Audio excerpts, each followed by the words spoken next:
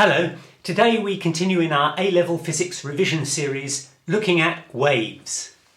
Waves carry energy, X-rays penetrate your body, sound waves can make things vibrate, water waves can knock you over in the sea, and infrared waves can warm you up.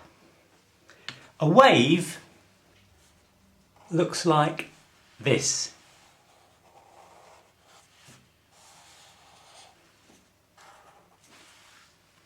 And we say that the distance between two crests is the wavelength, lambda.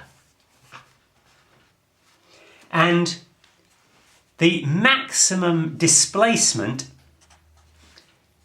is called the amplitude, A.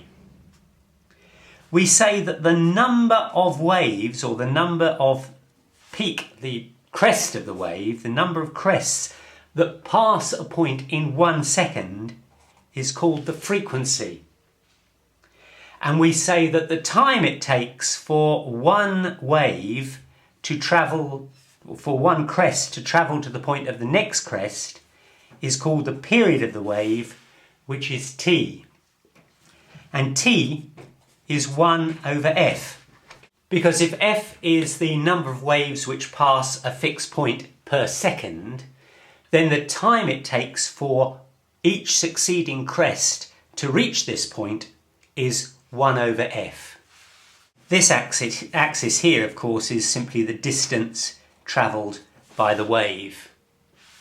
And waves have particular characteristics. They can be reflected, they can be refracted, they can be diffracted, and they can show interference patterns.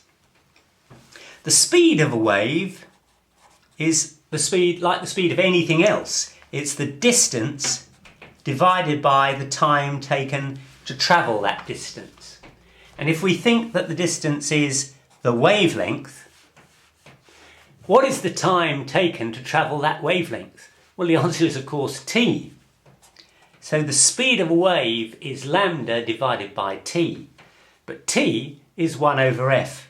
And so that is one and the same thing as lambda f. So the speed of a wave is its wavelength times its frequency. And that's its speed. These waves are called transverse waves. But you can also have what are called longitudinal waves. And sound waves are longitudinal waves. Basically, if you have columns like this, then a longitudinal wave will bunch some of these up and stretch some out. So at one moment you might have that kind of arrangement, and then the next moment you might have that kind of arrangement. There's, instead of it being transverse, going up and down, it actually goes in and out, rather like a concertina. Transverse waves can be polarised, because although I have depicted a transverse wave like this, in truth it can of course oscillate in any direction. If you were to look at that wave as it were head on, then you would see it oscillating up and down. But there's no reason why it shouldn't oscillate that way, or that way, or that way, or indeed in any way. And that's an unpolarised wave. But you can force it to travel only in the up and down direction. And that would then become a polarised wave. And polarised, or waves can be polarised by passing them through a polarizer. And the polarizer will take unpolarised light and polarise it in its direction. So it will go up and down. But of course you could twist this polarizer round so that it would only polarise light in that direction. You just have to twist it through 90 degrees, and then the light will be polarised in this direction. What that means is that if we take a polarizer which will polarise light in that direction, then unpolarised light going through it will come out polarised. So here it's unpolarised, here it's polarised. If we then put it through another polarizer that polarises light in that direction, the light that goes through it is only polarised in that direction, and that won't get through. So you won't get any light going through polarizers where one of them is vertical and the other is horizontal. Now, light is an electromagnetic wave, and electromagnetic waves are transverse waves. Electromagnetic waves do what they say on the tin. They are made up of electric and magnetic waves. The electric wave looks like this. The magnetic wave is at right angles to it, 90 degrees, so it looks something like this. So here's the electric field going up and down, and here's the magnetic field going, as it were, back and forth. This is the electric field, this is the magnetic field, and you'll notice that they are what's called in phase with one another. This has a crest when this has a crest. They both reach a minimum at the same point. They are in phase. And all electromagnetic waves travel at the same speed. It's the speed of light, and it's 2.998 times 10 to the 8th meters per second. And we sometimes round that to 3 times 10 to the 8th meters per second for ease of calculation. It was James Clerk Maxwell who showed that the speed of light is equal to 1 divided by the square root of mu0 epsilon 0, where mu0 is the permeability of free space and epsilon 0 is the permittivity of free space, and we've met both those terms before. The equation which shows you what the force is between two charges says that the force is equal to the value of one charge times the value of another charge, those are electric charges, divided by 4 pi epsilon 0 r, where r is the distance between the charges, and that epsilon 0 is that one.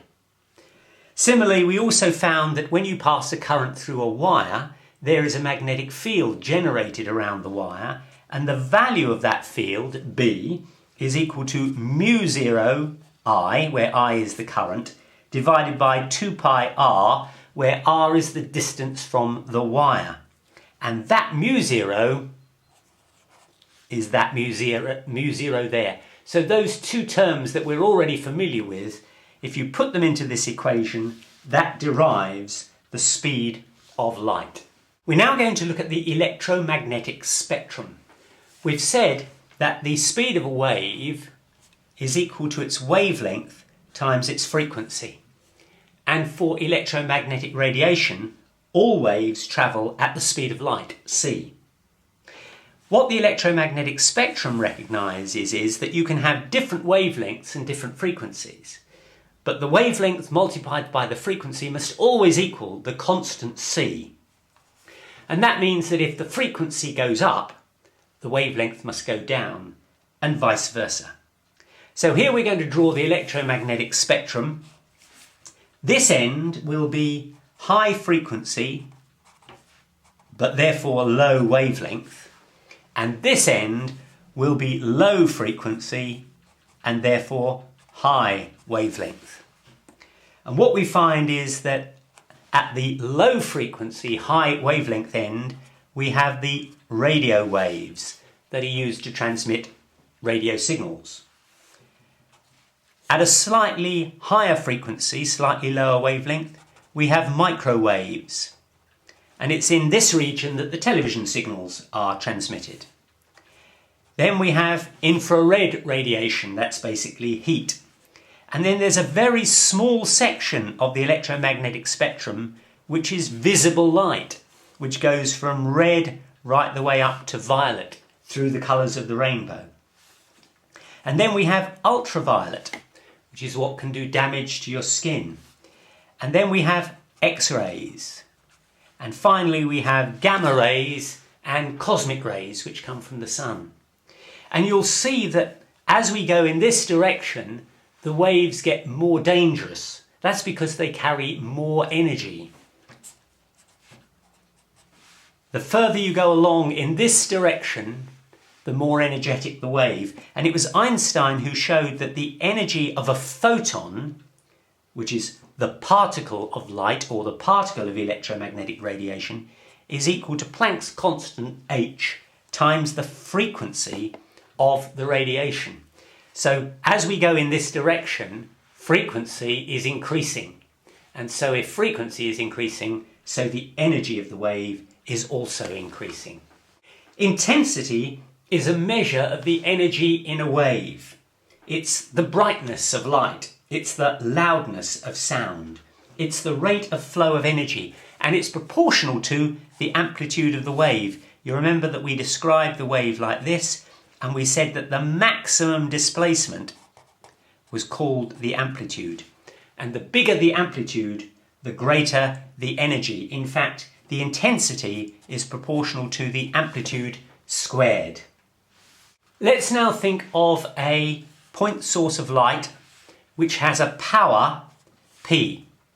That light will spread out in all directions. I can only show it in 2 dimensions, but it will of course spread out in all directions towards me and away from me, but we'll represent that this is a sphere, not just a circle. That's a sphere of radius r. And I'm going to observe the light at a radius r from the point that has a power P. What intensity will I observe? Well, I'll observe the power, but the power has now been spread out across the whole of the surface area of the sphere, which is 4 pi r squared. So the intensity that I see is simply the power as it is distributed across the surface area of that sphere. And that tells me that the intensity is proportional to 1 over r squared. It's what's called an inverse square law. If you go double the distance, the intensity will fall off fourfold.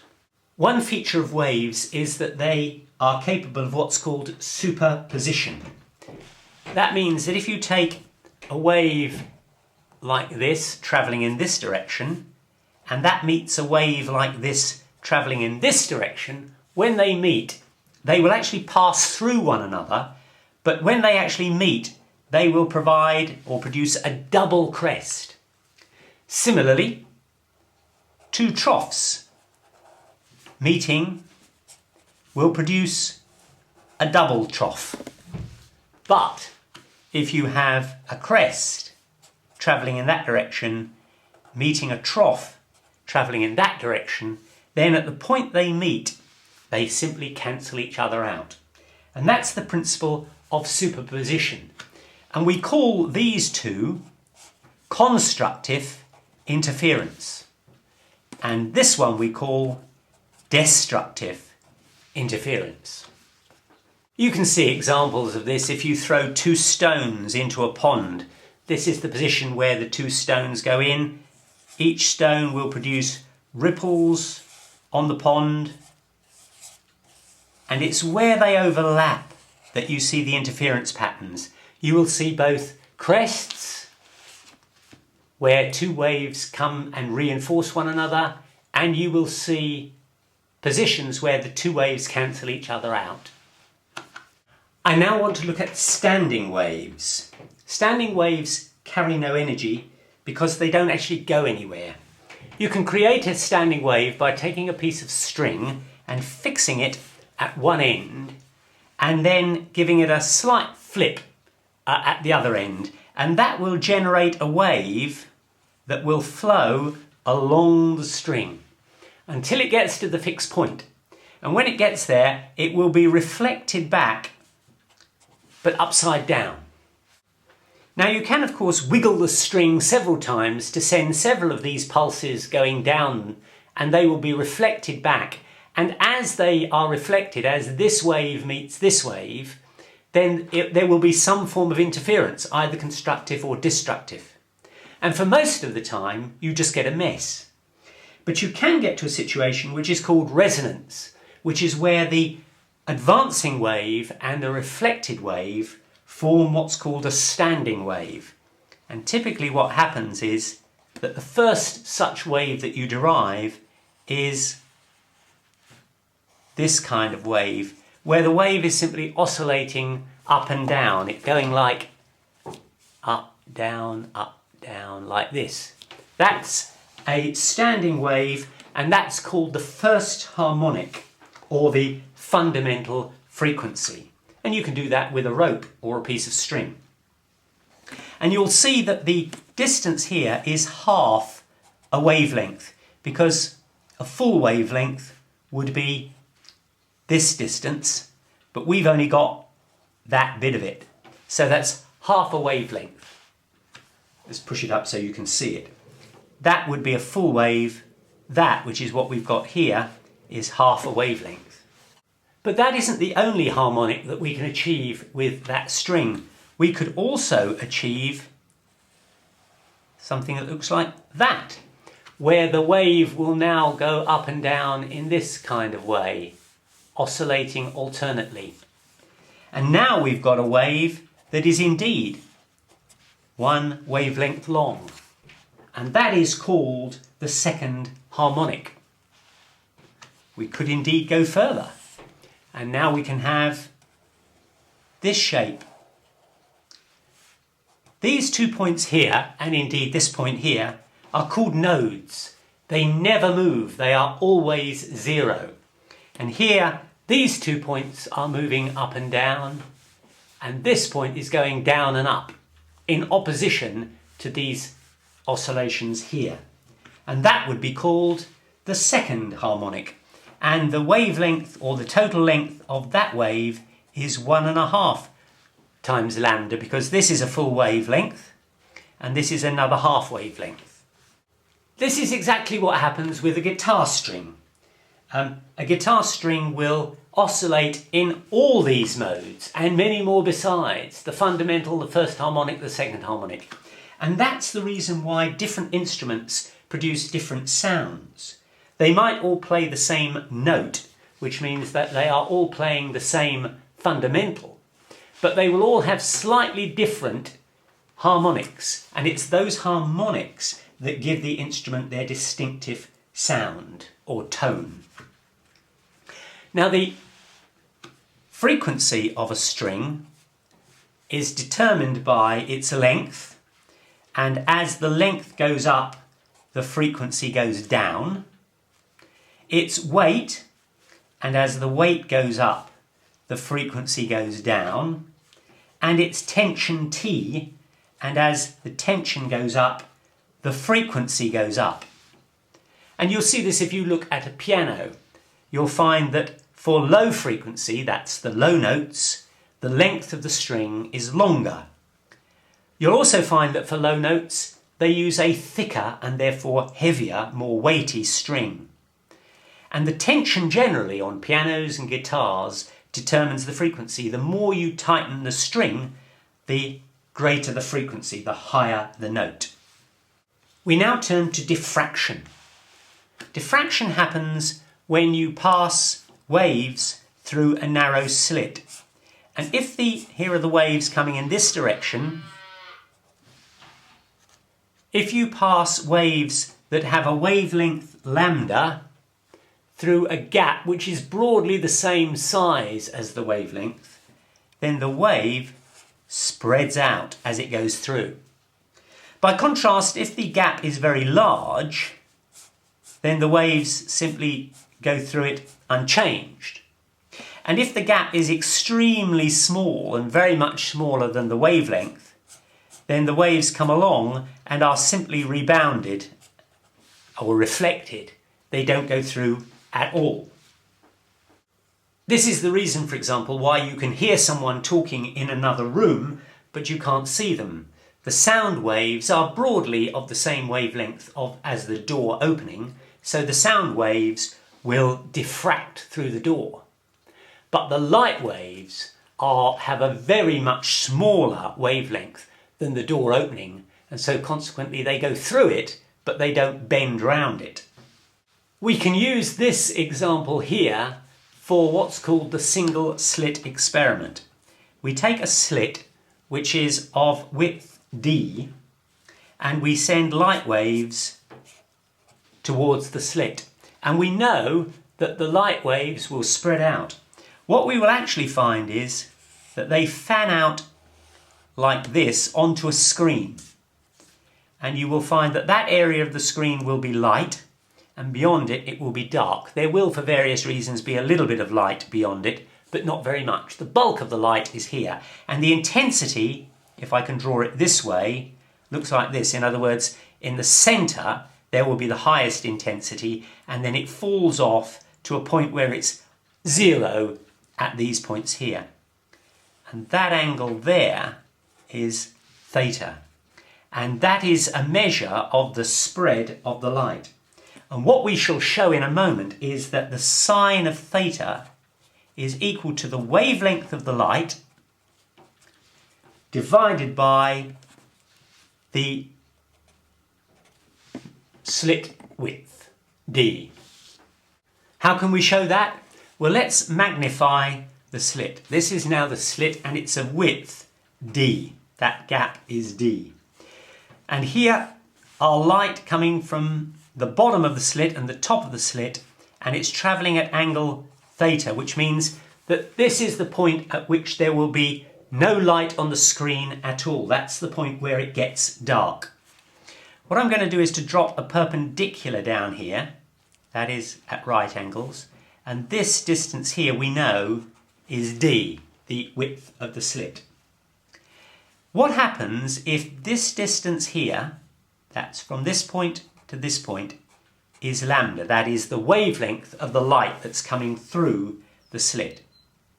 Well, then I think you can say that if we go halfway up, by symmetry, that is going to be lambda over 2. That angle, by the way, is the same as that angle there. That angle will be theta. Now what this means is, let's draw that. That's light that is coming from right in the middle of the slit. That the light that comes from the top of the slit and the light that comes from the middle of the slit will be a half a wavelength out of phase. In other words, this light looks like this. This light looks like this. And by superposition, the two will cancel each other out. So that light beam cancels that light beam. Similarly, this light beam and this light beam are also lambda out of 2, or out of phase by half a wavelength, because this is lambda over 2 and this is lambda. So the same principle will happen here. So that light beam and that light beam will cancel each other out. And the point is that every point in that half of the slit will cancel every point in that half of the slit. That point there will have a corresponding point there, and those two waves will be exactly out of phase by half a wavelength, and they'll cancel out. So every light beam in this half cancels every light beam in that half, and that's what produces the darkness. And what we can see in those circumstances is that lambda divided by d is sine theta. That's simple trigonometry. Lambda divided by d is sine theta. That distance is lambda, that distance is d, that angle is theta. And what you can also see from this is that as d decreases, then theta will increase. So if you make the gap smaller, curiously, the light spreads out more. We can now move to the so-called double slit experiment. This is pretty much similar to the one we've already looked at, except there are now 2 slits instead of 1. And it is the distance between the slits that is now d. Beforehand, the actual slit had a width of d. Now we're going to imagine that the slits are pretty much infinitesimally small, but the distance between them is d. And as we've already shown, that light going through will spread out, and since there are now 2 effective sources for the light, we will get interference as the 2 light beams spread out. And that will produce on a screen what are called interference fringes. The screen will be over here, and that will be a distance, capital D, away from the slits. Why do you get fringes? Well, let's magnify it again. Here are the 2 slits. Here is the light beam coming from one slit, and here is the light beam coming from another slit, and we'll call that angle theta. We'll drop a perpendicular down here.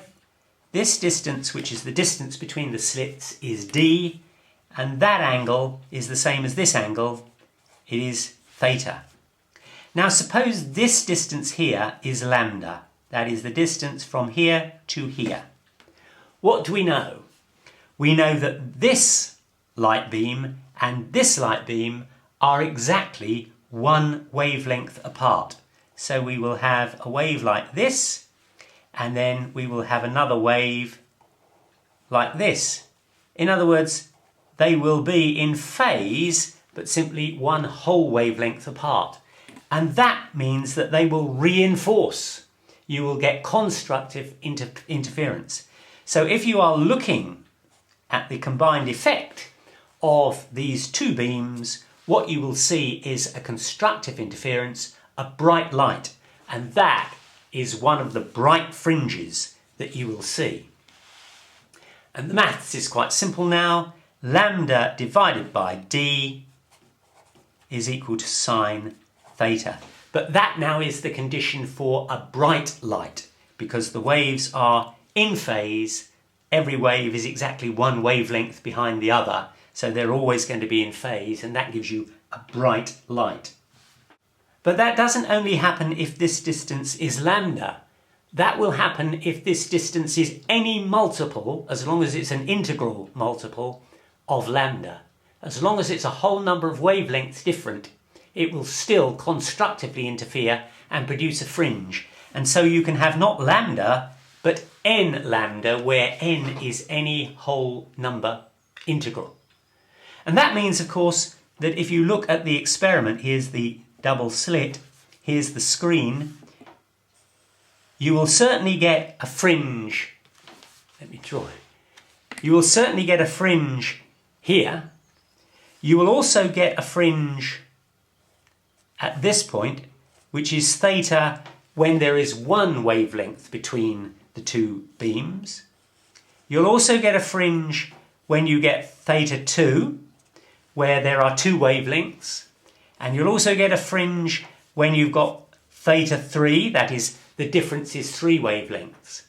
And there can be as many as you can fit in.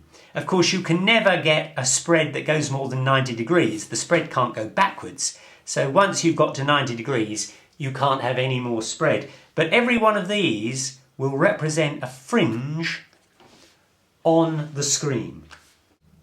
So let's look again.